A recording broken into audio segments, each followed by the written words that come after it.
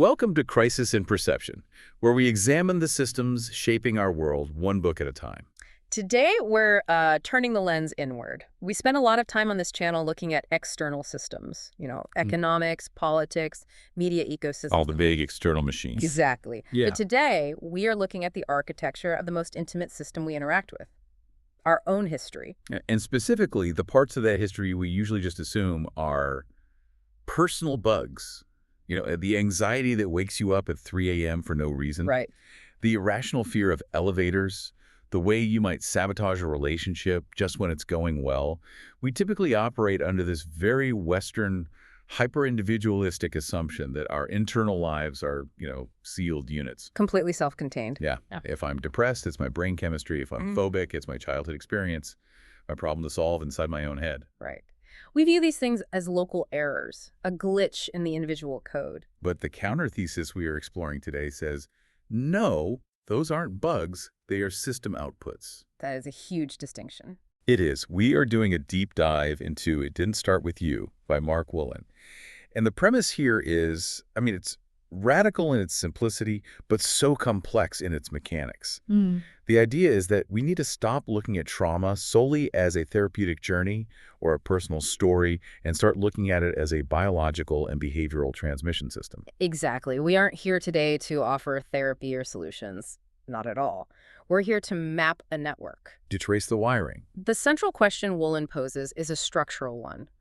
How does a traumatic event, a war, a suicide, an abandonment, a famine that happened to a grandmother or a great-uncle, Someone you may have never even met. right, someone who is just a name on a family tree, how does their experience become a physiological constraint or a behavioral script in a descendant, often without any conscious knowledge of the original event? It's this idea of the family mind as a kind of distributed network of information. Yeah. And if the server at the top of the chain crashes or a file gets corrupted, The error message pops up on the screens 3 generations down the line. and the person staring at that screen, at that error message, thinks their computer is broken. They think they are broken. When actually they are just downloading a file that was never properly closed out.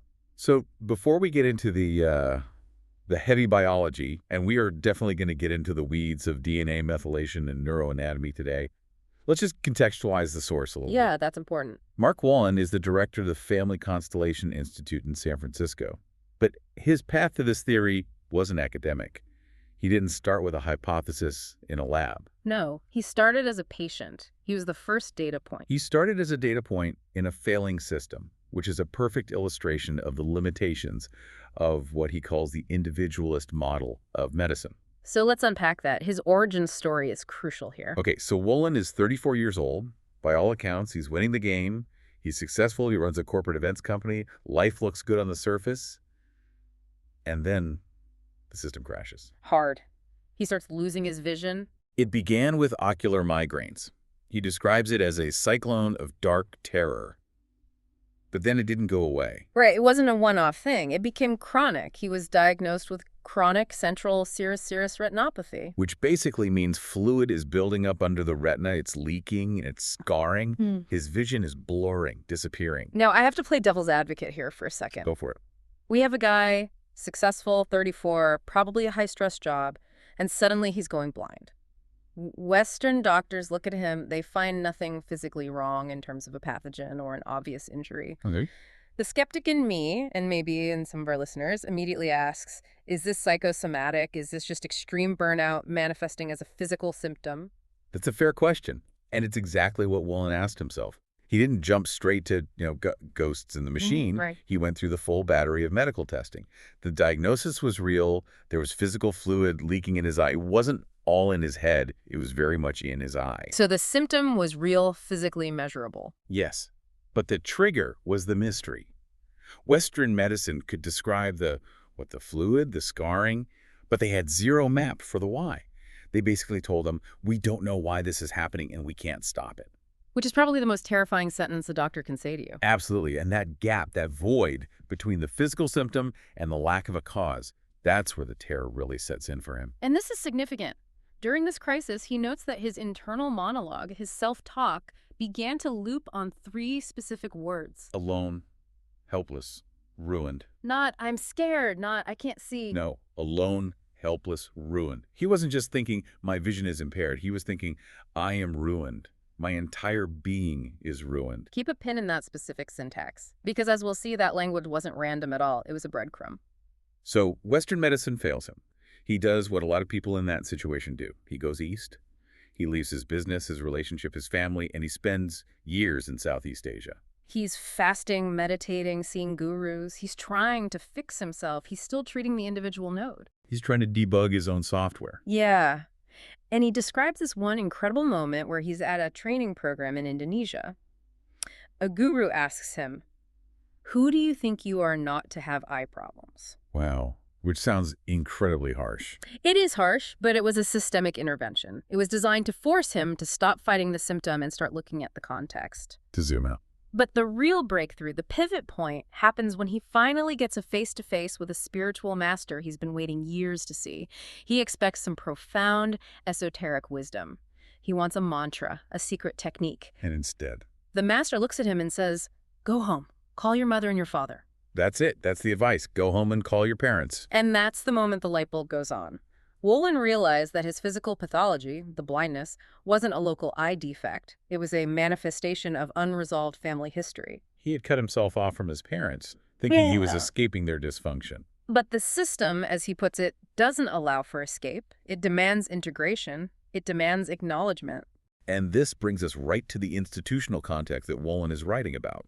He's very critical of the talk therapy and medication models as they currently stand. Not that they aren't useful in some contexts, but that they often commit what we might call the individualist error. Right. Psychiatry often treats the individual in a vacuum. If you have anxiety, we look at your life, your childhood, your neurochemistry. We ask, what is wrong with you? Wolynn's argument is that you cannot treat a system error by fixing a single node. It's like, if the water in the river is poisoned, trying to filter a single cup of water downstream doesn't fix the source of the poison. And his central thesis is that trauma is fundamentally information. Correct. When a trauma occurs, a murder, a suicide, the early death of a child, if that event is not processed or resolved by the person who experienced it, that information is not deleted. The system doesn't just get rid of it. It rewrites it. It gets downloaded, to use his terminology, into the biology and the psyche of the descendants. It's a bequest of unfinished business. And it shapes everything. It shapes identity, health, and perception. It creates a lens through which the descendant sees the world, and often it's a lens that distorts reality to match the danger of the past. Okay, let's get into the mechanics of this machine. Because I think for a lot of listeners, this can start to sound a bit woo-woo. Oh, I'm carrying my grandmother's ghost. And that's a fair reaction. But Wolynn brings in some hard biology here. He talks about epigenetics. This is where we have to separate the metaphor from the mechanism, because the mechanism is very real. And to understand it, we need to look at what Wolynn calls the 3 generations biology. The Russian doll concept. Yes, this is straight out of embryology textbooks, but we rarely think about the implications. So imagine a nesting doll. When your grandmother was 5 months pregnant with your mother, Okay. the precursor egg cell that would eventually become you was already present and fully formed in your mother's ovaries. Wait, let's slow down on that because the timeline is staggering. So I, or at least the biological starter kit for me, was physically present inside my grandmother's body. You were, exactly. 3 generations share the same biological environment simultaneously. You, your mother, and your grandmother all in one body. That's incredible. Now think about the system input. If your grandmother is experiencing a massive shock during that specific time, let's say her husband dies in the war, or she's in a famine, or she's witnessing violence, her body is flooded with stress hormones. Cortisol, adrenaline. And those hormones wash over the fetus, my mother, and they also wash over the precursor eggs inside my mother, including the one that becomes me. Correct. The chemical environment of the grandmother's trauma becomes the petri dish for your conception. It collapses time. It makes the connection so much more direct and physical than I ever imagined. It connects the generations chemically before they are ever connected socially. And this leads us directly to epigenetics. The old model of genetics was that DNA is a fixed blueprint. You get your code, it determines your eye color, your height, and that's it. The hardware is the hardware. Right. But epigenetics is the study of heritable changes in gene function that happen without changing the DNA sequence itself. So how does that work? Is it like a switch on the gene that gets flipped on or off? That's a good way to think about it. To get a bit more specific, we have to look at the mechanics of something called DNA methylation. This isn't just flipping a switch, it's a chemical tagging process. Okay. Imagine your DNA is a massive library of instruction manuals. Methylation is like a librarian walking down the aisles and putting a chemical padlock on certain books, preventing them from being opened, or conversely, ripping the padlock off others so they fly open at the slightest breeze. And in this context, the breeze would be an environmental trigger. Exactly. The methyl groups attach to the DNA, and they inhibit gene expression. They lock the book, or Right. they detach and allow it. They unlock it. And we now know that severe stress and trauma can change the distribution of these padlocks. It literally changes which books in your library are readable. And this is happening in what used to be called junk DNA. Mostly, yes. We used to think 98% of our DNA was useless because it didn't code for proteins. But it turns out that non-coding DNA is the librarian. It's responsible for regulating emotional and behavioral traits. And Wolynn cites a specific study to prove this isn't just a theory. The mice study from Emory University. This one blew my mind because it wasn't just about behavior, it was about actual anatomy changing. The Dyson-Ressler study. It's really the smoking gun for transgenerational epigenetic inheritance. It's fascinating. So they took a group of male mice and exposed them to the scent of cherry blossoms. The chemical is acetophamine, A lovely smell. usually. Yeah. But every time they released that scent, they gave the mice a mild electric shock. Classic conditioning. Smell cherry blossoms, get zapped, learn to fear the smell. Right, the mice learned to fear the smell. They'd freeze up whenever they smelled it. But here's where it gets into the neuroanatomy. They didn't just observe the mice being afraid. They dissected their brains. And what did they find? They found that the mice who were conditioned to fear the scent of cherry blossoms actually had significantly more space in their olfactory bulb, the smell center of the brain, dedicated to detecting that specific chemical, acetophenone. So the hardware did change. It wasn't just a learned behavior. Their brains physically rewired. Their neuroanatomy changed. Specifically, they had an increase in what are called M71 glomeruli. Their brains were structurally built to be better, more sensitive detectors of this specific threat. Okay, that's wild enough. The fathers are rewired. But how does that get to the kids? So those rewired male mice then impregnated females. The mothers had never been shocked. The mothers had never even smelled the cherry blossoms. They were clean control. Completely. The offspring, the pups were born. They had never met their fathers. They had never been shocked. But when researchers exposed these pups for the first time to the scent of cherry blossoms, What happened? they exhibited extreme fear and anxiety. They froze. Yeah, were afraid of a smell they had never encountered, based on a pain they had never experienced. Right. And it goes further.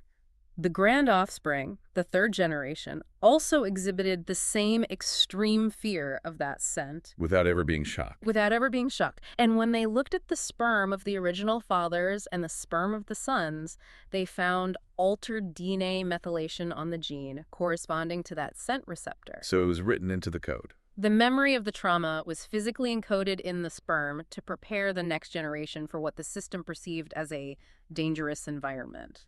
That just transforms the idea of anxiety completely. It means that what we call anxiety isn't a malfunction. It's a high-fidelity optimization for a danger that might not exist anymore. It's not a bug, it's a feature. It's a survival adaptation that's been passed down. The grandfather system says, this smell precedes pain. I need to make sure my grandson can smell it a mile away and reacts instantly without thinking. The problem, of course, is when the environment changes. If the grandfather was in a war zone, that kind of hypervigilance is a crucial survival skill. But if the grandson is in a quiet suburb, that same hypervigilance is diagnosed as a generalized anxiety disorder. So that's the biological hardware, the M71 glomeruli, the methylation. But Wolynn also maps out the software, the psychological transmission system. He relies heavily on Bert Hellinger's work here, doesn't he? The concept of the family mind. Yes, very much so. Hellinger was a German psychotherapist who developed what's known as family systems therapy, or family constellations, and he posits that there is a family consciousness, or a family soul. Which sounds very metaphysical. It can, but you can think of it in more modern terms. Think of it as a shared cloud drive that everyone in the family is logged into, consciously or not, a shared operating system. And this drive has rules. It's not just a chaotic dump of old photos and files. No, it operates on a very strict, almost primal logic, and its prime directive is this. The system demands balance and inclusion.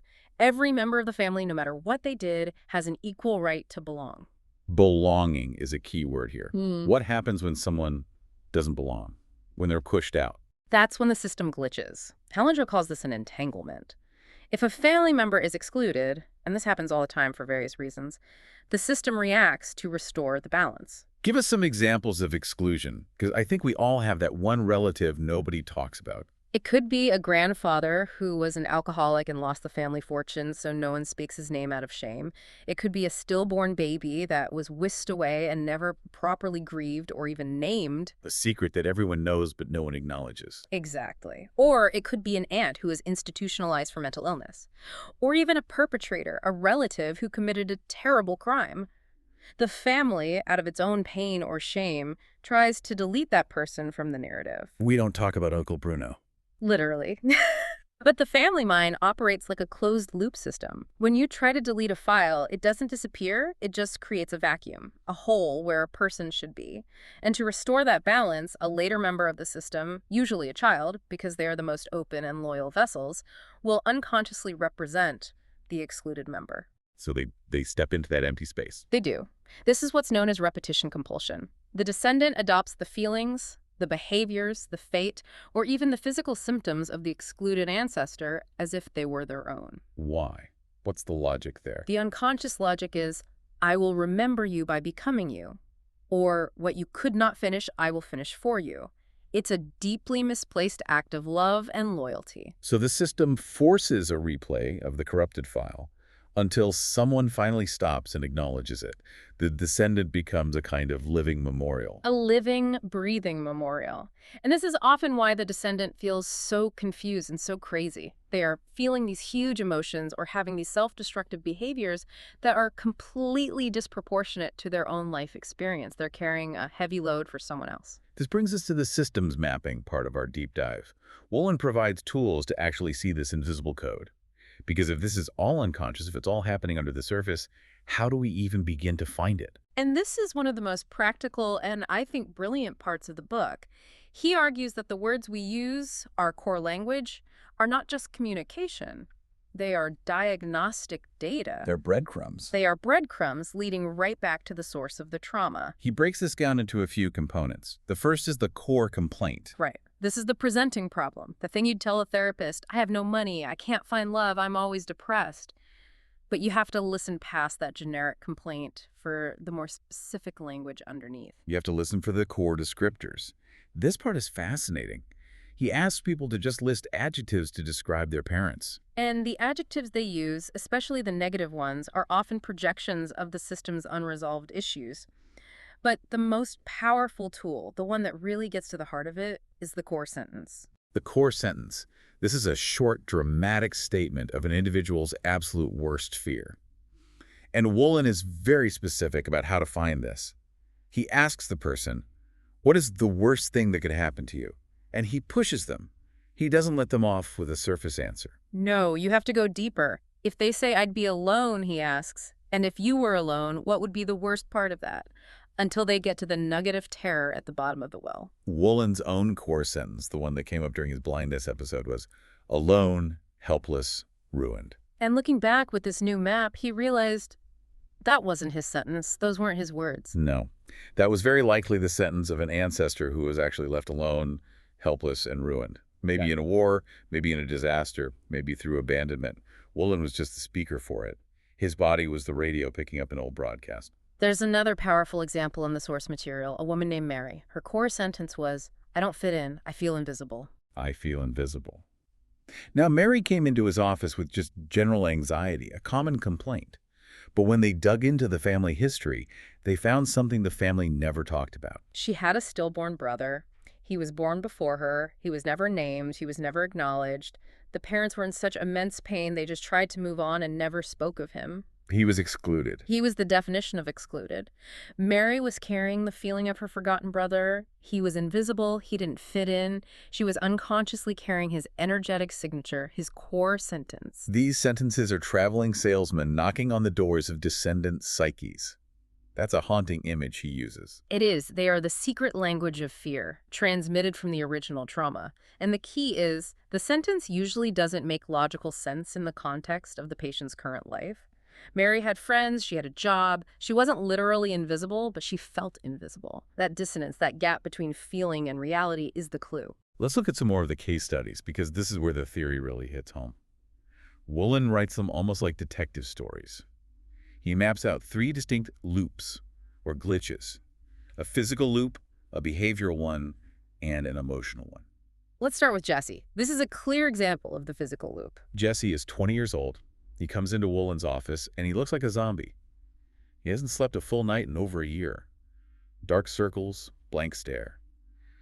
But the weirdest symptom, the one that doesn't make any sense, is this unrelenting cold. He's freezing, he's shivering constantly, wearing layers of clothes indoors. It's not the temperature in the room, it's a deep somatic cold. So Wolynn puts on his detective hat. He doesn't ask about Jesse's diet or his mattress or his stress levels. He asks about the timeline. When exactly did this start? And Jesse says, when I was 19, that's the data point. So Wolynn asks the next logical question in this framework: what happened in your family at age 19? Now, Jesse has no idea. He has to call his family. And it turns out Jesse's uncle Colin, his father's older brother who he never met, died at age 19. And how did he die? He was a lineman. He was out checking power lines in a blizzard. He got lost or stranded. He froze to death. He froze to death. At age 19, Jesse was unconsciously reliving the death sequence of the excluded uncle. Wow. The uncle's death was a massive family tragedy, the kind of thing the family likely suppressed to survive. We don't talk about Colin, it's just too painful. Jesse reaches the age of the original trauma 19, and the system activates the memory. But it activates it as a purely physical sensation. The cold was a somatic memory, not a meteorological one. That is chilling, pun intended. Yeah. But it shows how incredibly literal the body can be. The body was keeping the score that the family mind had tried to erase. It had to go somewhere. Then we have Proc. This is the behavioral loop, and this one is violent and really disturbing. This is a tough case. Prak is a young Cambodian boy. His parents are survivors of the killing fields, the Khmer Rouge genocide. An almost unimaginable level of trauma. Unimaginable. They escaped, they moved to the U.S., and they wanted to protect their son from that horror, so they told him nothing. Total silence.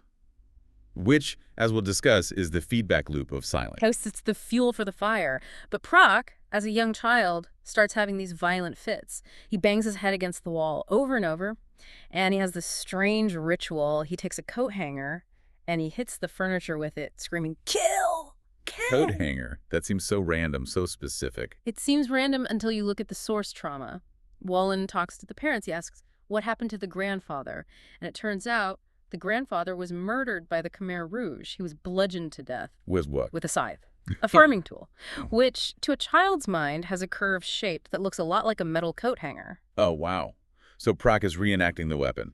Prak was reenacting the murder.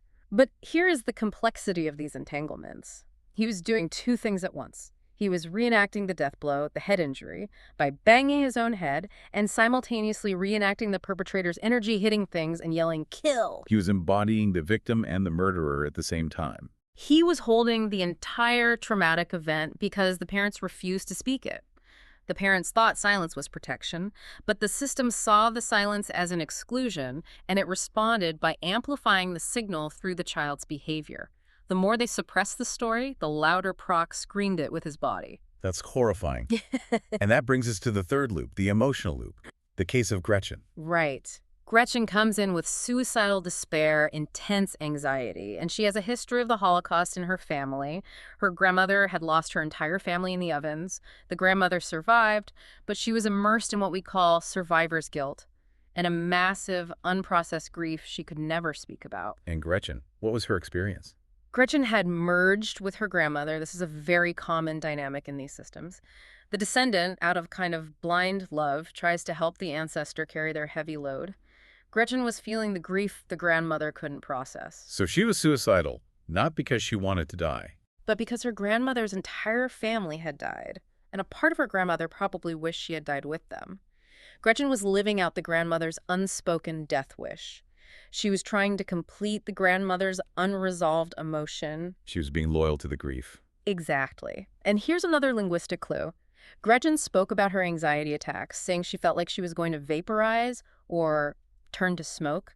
The oven imagery. The oven imagery. The language of the original trauma was surfacing in her description of her own anxiety, even though she had no conscious connection to it. So we have these mechanisms. We see how they manifest in these extreme cases. Let's talk about the implications for the listener right now, because most people listening aren't banging their heads with coat hangers or freezing to death, but they might be struggling with things that feel confusing and unfixable. And the first and biggest implication is the constant misdiagnosis of pathology. Explain that. Well, think about the standard model. You go to a doctor or a therapist and you say, I have a great life. I love my job. I have a loving partner, a nice house, but I wake up every morning feeling like I'm ruined. There's a mismatch between your life and your feelings. Exactly. And the doctor says, you have depression. Your brain chemistry is off. Here is a pill. The underlying message is, you are broken. You are the problem. The systems model says, you are remembering. That is a massive, massive shift in perspective. It changes everything. It means the emotion isn't wrong. It matches the experience perfectly. It just doesn't match your experience. It matches your great-grandfather's experience in the war. You aren't crazy. You are loyal. Loyal. That word comes up so much in Wolynn's work, this idea that we are unconsciously loyal to our family's suffering. And this really, really shows up in our relationships, doesn't it? The blind love dynamic. Oh, this is one of the most common and tragic aspects of inherited trauma. We often choose partners who allow us to unconsciously replay unresolved family traumas. We project the parent onto the spouse. This concept of loyalty is where the book really challenges our modern, individualistic view of love. We like to think we choose our partners based on chemistry or shared interests or swiping right on a cute photo. Right, based on conscious choice. What Wolynn is suggesting, there's a deeper, more primal subroutine running underneath all of that. It's the blind love dynamic, and it is arguably the most counterintuitive part of family systems therapy. The child in us, and it doesn't matter how old we are, has a primal need to belong to our tribe.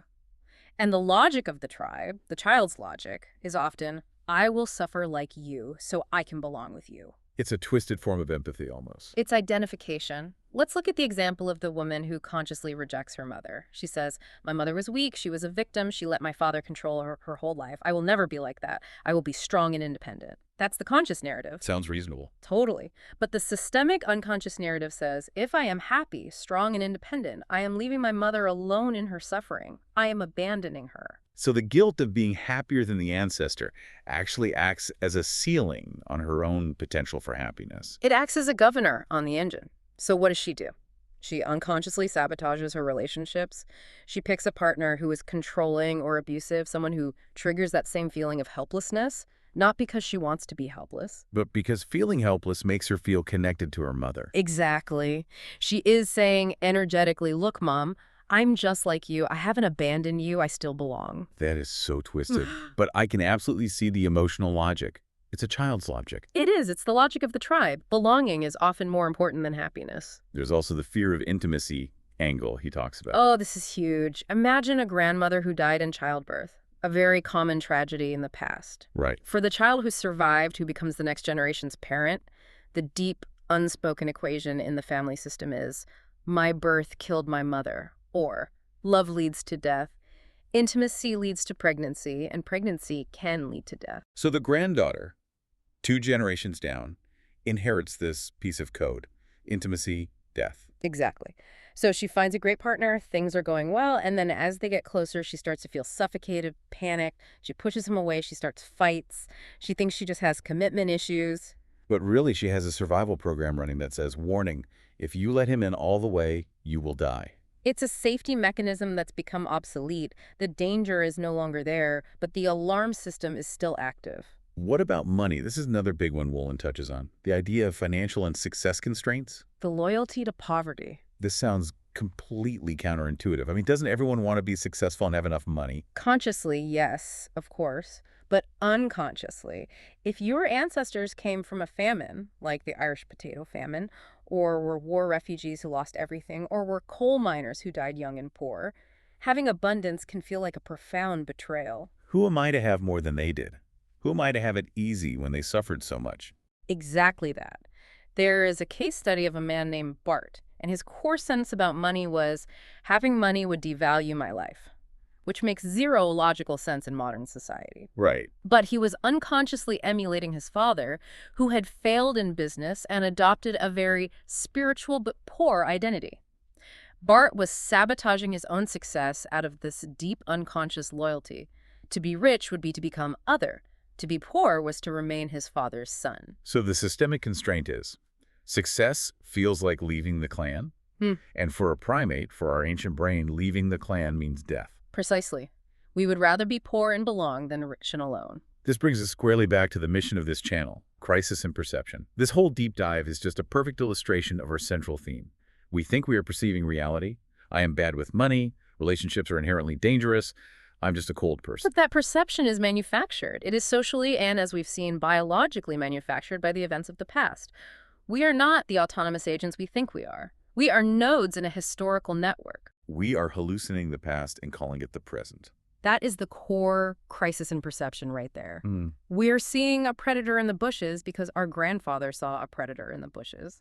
But today, it's just a bush. Why do we resist this view so much? I feel like people can get very defensive when you suggest their feelings aren't really theirs. Because it strips us of the illusion of control. The modern Western mind loves the idea of the self-made man. I am the captain of my soul.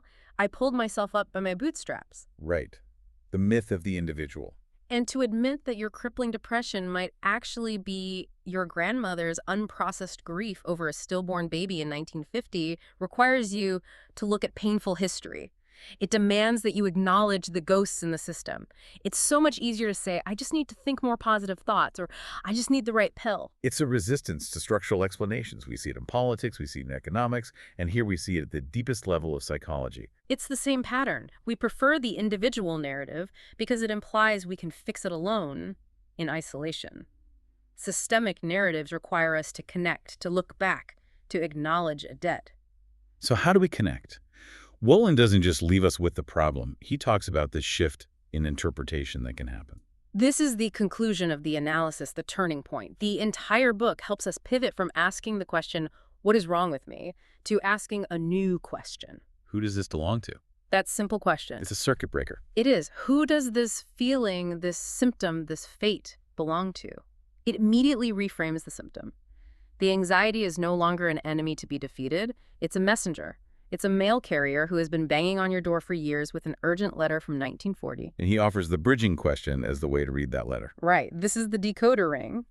You take your core sentence, let's use his, I am alone, helpless, and ruined, and you turn it into a question. You ask, who in my family was left alone, helpless, and ruined? You connect the symptom directly to the source. And Wolynn's finding, and this is supported by the neurobiology of memory reconsolidation, is that once that link is made, once you can see it and feel it, both cognitively and viscerally, the system no longer needs to send the alert. The message has been delivered. Exactly. You've signed for the package. The mail carrier can finally stop banging on the door. The legacy can change from one of distress to one of strength and resilience. You acknowledge what they went through. You leave the burden with them with respect, and you move forward with your own life. We cannot leave the system, but we can change our position within it. That's the key insight. You don't cut off your family. That just creates more exclusion and perpetuates the cycle. You find your rightful place, you acknowledge the ghosts, and in doing so, you turn them from haunters into ancestors. The system persists, but the error signal stops broadcasting. That's it. It's a powerful way to look at human struggle. It really takes the shame out of it. Yeah. You aren't broken. You're just part of a really long, really complex story. And you have the power to write the next chapter, but only if you're willing to go back and read the previous ones. Well, that is a lot to process, but it definitely changes how I look at my own little bugs and glitches. It certainly makes you want to call your parents or grandparents and just ask some hard questions. Or just listen a little closer to the stories they've been trying to tell all along. Indeed. We're going to wrap it up there. If this analysis resonated with you, the source material is It Didn't Start With You by Mark Wolynn. We highly encourage you to read it or borrow it from a library to get the full depth of the protocols and case studies we discussed. It's a very practical manual, not just a theory. This project is free and publicly accessible. If you'd like to support the time, tools, and research behind Crisis in Perception, you can become a supporter on Patreon. For a shorter visual overview of this topic, see the mini explainer linked in the description. If you enjoy this kind of systems-level analysis, please like, subscribe, and comment with books or topics you'd like us to explore next. Thanks for listening.